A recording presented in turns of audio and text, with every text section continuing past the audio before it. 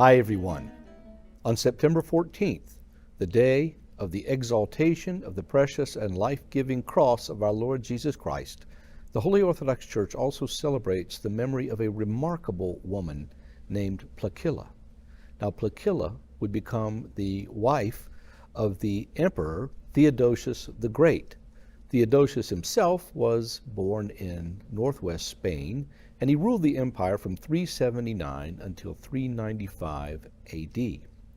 But yet, before he became emperor, he married Plakilla, and in fact they had 2 children at that point at the time of his coronation. Now, the rule of a queen at that time was based solely on the legitimacy of the king. And so Plakilla had no ruling power at that time, although later on in their marriage, Theodosius would grant her the title of Augusta, which had been done away with since right after the time of Constantine the Great, thereby indicating to the populace how great his love was for her and how much he trusted her.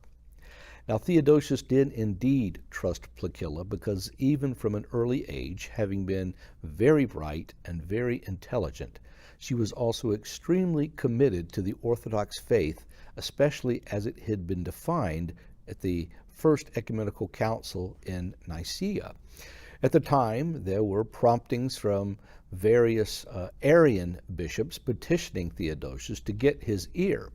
Now, Plakilla was someone who was not for this at all, and she continually cautioned her husband against entering into any kind of talks with them or giving them any ground, because she found paganism absolutely abominable and the Arian proclamations that were being given as disgusting.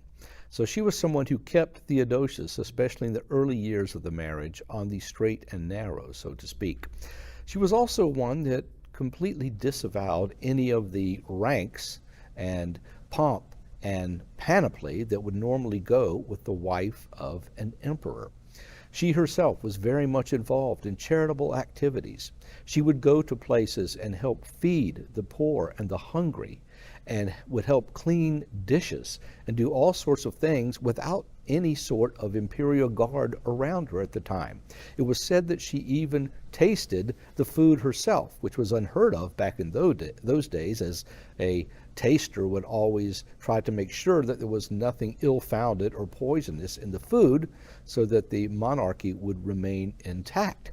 But this is something that Plakilla just did not care about.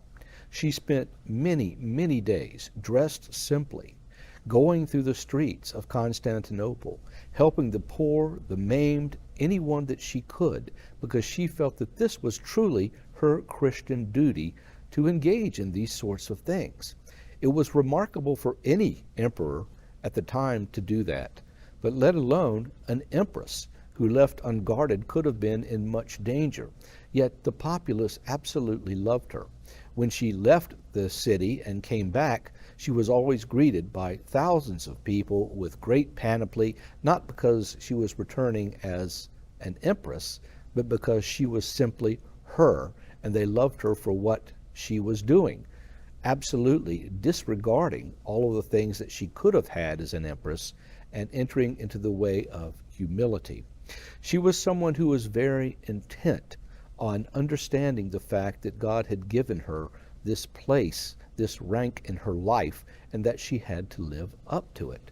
She said many times that it was the duty of the empire to distribute the silver and gold to the poor to help make their lives better, because God had placed her as empress in a place where it was very important for her to be worthy of it by serving other people. She would often remind her husband, Theodosius, of that same sort of thing, saying to him, well, you must remember that God has placed you here, and he has placed you here for a reason. And so it's very important that you treat the people fairly and that you live the life according to Christ, because this is why you are where you are.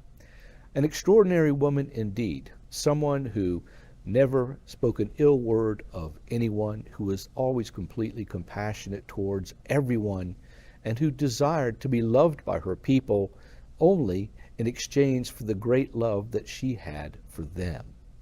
Finally, she did repose in the year 387 after having endured a terrible tragedy because her younger daughter, as mentioned earlier, Plakilla, who was only 7 years of age, reposed, and it sent the city into a shock. There was mourning everywhere. They were completely saddened by what happened. In fact, St. Gregory of Nyssa said that it was so intense that it seemed as if an earthquake had hit the city. But not long after that, the holy Empress Plakilla did indeed repose in peace and was given all due honors. After this, Theodosius, at that time being around 40 years old and already having the care now of the 2 remaining children, remarried because of a political marriage needing to cement relations with another area of the empire, and he had 3 children along with this new wife of his. Yet, as St. Gregory also says, he had such tremendous love for Plakilla that even later in his older age, he would speak of her and would talk about all the wonderful things that she had done and that she had taught him, and really fiercely reminded him that it was important to remain in the Orthodox faith and to love the people. This love was tested, in fact, during the time of St. John Chrysostom, who was still in Antioch, when for some reason, ostensibly because of some unfair taxing purposes, the populace of Antioch pulled over a statue of Theodosius and of Plakilla. Theodosius was heartily angry about this, and he was ready to send troops into the town to punish them. But, as it turned out, at the Council of St. Ambrose of Milan and others, he was reminded of the love that his wife had for people and who had always encouraged him to be kind and forgiving towards them.